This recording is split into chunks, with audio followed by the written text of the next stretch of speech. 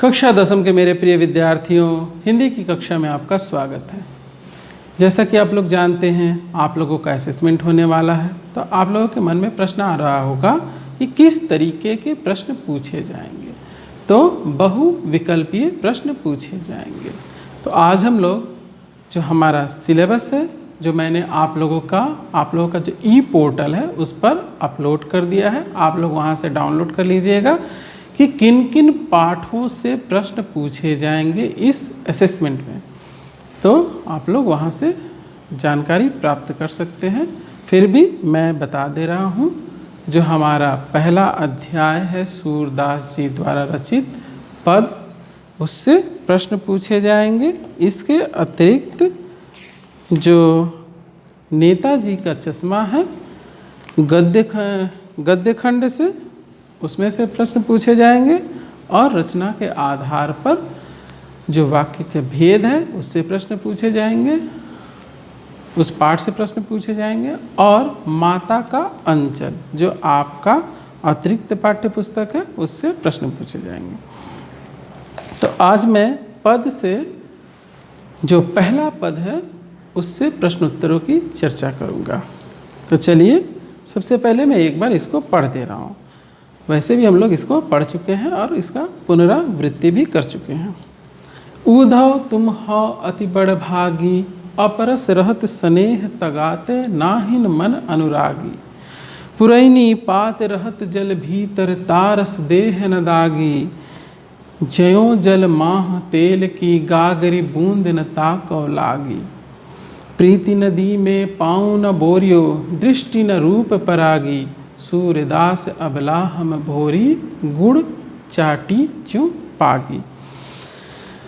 तो अब इससे किस तरीके के प्रश्न पूछे जा सकते हैं, हम लोग उस पर चर्चा कर लेते हैं। यहाँ ऊधव को क्या कहकर व्यंग किया गया है? प्रश्न बहुत ही आसान होंगे, आप सभी उसका बड़े ही सहजता से उत्तर दे सकते हैं। बस आपको पाठ समझ में आना चाहिए। तो यहाँ क्या कहकर ऊधव को व्यंग किया गया है? तो आप लोग को उत्तर पता है। यहाँ ऊधव को बड़ भागी या भाग्यवान कहकर व्यंग किया गया है। अपरस का क्या अर्थ होता है? तो अपरस का अर्थ होता है अलिप्त, अछूता। एक प्रश्न पूछा जा सकता है कि उद्धव का मन किससे रिक्त है?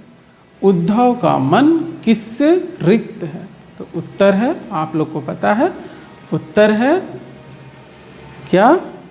प्रेम से रिक्त है। उद्धव का मन प्रेम से रिक्त है। पुरैनी पात का क्या अर्थ है?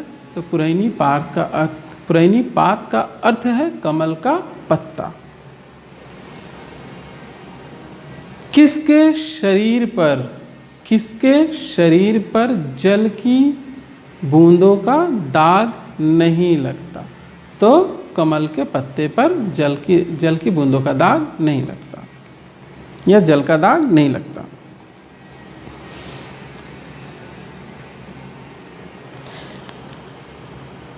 दृष्टि न रूप परागी के माध्यम से गोपियाँ क्या कहना चाहती हैं?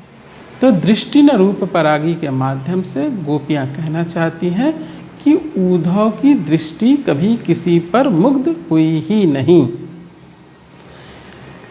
ऊधव ने कहाँ अपना पैर नहीं डुबाया है? तो प्रीति नदी में। गोपियाँ अपने आप को क्या कहती हैं? गोपियाँ अपने आप को अबला कहती हैं। गोपियों ने अपनी तुलना किससे की है? तो गोपियों ने अपनी तुलना चींटी से की है। और आप लोग इसको एक बार देख लीजिएगा, आपके मन में इस पद से, अर्थात प्रथम पद से, सूरदास जी द्वारा रचित प्रथम पद से कोई भी मन में प्रश्न उठ रहा हो तो आप लोग ई पोर्टल के माध्यम से मुझे बताइएगा। अगली कक्षा में हम लोग दूसरे पद से किस तरीके के प्रश्न पूछे जा सकते हैं उस पर चर्चा करेंगे। तो मिलते हैं अगली कक्षा में और जानते हैं दूसरे पद से किस तरीके के प्रश्न आ सकते हैं। तब तक के लिए आपका दिन शुभ रहे।